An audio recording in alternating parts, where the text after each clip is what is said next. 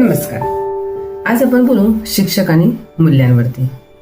शिक्षक म्हणजे फक्त विषय शिकवणारा नाही, तो मूल्य जगणारा आणि ते पुढच्या पिढीला देणारा असतो. आज मुलं सगळं गुगलवर शोधू शकतात बरं का, पण प्रामाणिकपणा, संयम आणि दयाळूपणा हे जी मूल्य आहेत ना, ती फक्त शिक्षकच शिकवू शकतो.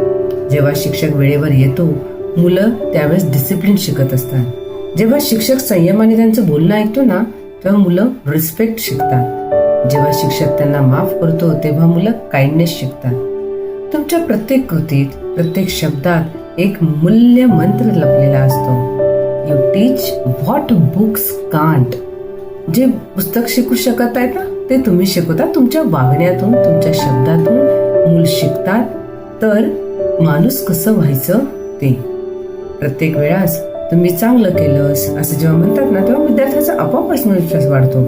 प्रत्येक वेळेस तुम्ही जेव्हा चूक झाली तरी चालेल, पण पुन्हा प्रयत्न कर असं जेव्हा म्हणतात ना, तेव्हा त्याचा आत्मविश्वास आणि मन मजबूत करत असतात. हीच तर असते खरी मूल्य शिक्षणाची ताकद. अजून काय पाहिजे? So dear teacher, keep shining your lights. कारण जग बदलायचं असेल तर सुरुवात मूल्यांनीच व्हायला हवी, आणि ती शिकवण देतो तो फक्त शिक्षकच असतो.